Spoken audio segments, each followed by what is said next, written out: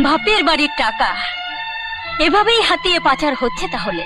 হ্যাঁ সপ্তমী, তোমার স্বামীর এত টাকার দরকার কেন? তোমার শ্বশুর বাড়িও কি ভিখারির বংশ, নাকি ওরাবার মতো টাকা পায়নি যৌতুক থেকে? আমার বাপের বাড়ি আমায় কি দিয়েছে কি দেবে তাতে তোমার কি?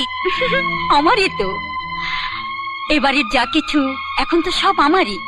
আমার ভবিষ্যৎ আমাকে ভাবতে হবে না?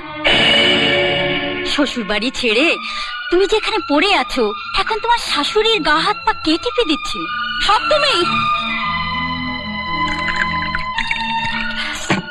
দাদা আর এক কাপ চা চেয়ে গেছে, এটা দাদাকে দিয়ে এসো।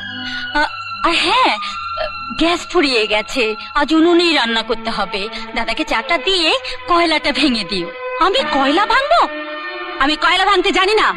সে কি, লোকে সংসার ভাঙতে জানো আর কয়লা ভাঙতে জানো না?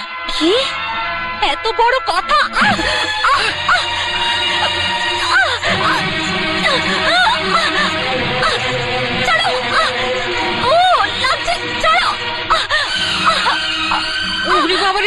কি ডাকাত বউরে বাবা! ও বড় খোকা, বড় খোকা! গ্রামের মেয়ে আমি, অনেক গাছের ডাল ভাঙতাম এই হাত দিয়ে।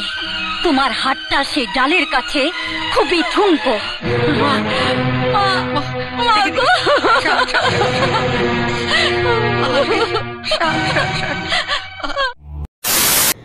কি ভালো লাগলো তো বেয়াদব বৌমার পাঠ?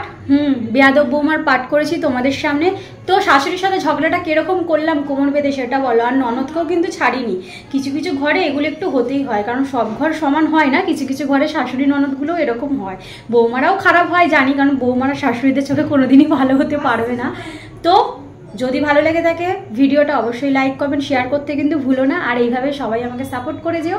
আর যদি আমার ভিডিওটা ভালো লেগে থাকে তো অবশ্যই আগে একটা কমেন্ট করো, আর কীরকম ধরনের ভিডিও আনবো সেটাও তোমরা আমাকে বলো। অবশ্যই আমি চেষ্টা করবো ভিডিওগুলো করার। আর যারা যারা এখন আমার চ্যানেলটি সাবস্ক্রাইব করেনি তাড়াতাড়ি সাবস্ক্রাইব করে দিও। দেখা হবে নতুন কোনো আবার ভিডিও নিয়ে। তো চলো এখনের মতো সবাইকে টাটা, বাই বাই।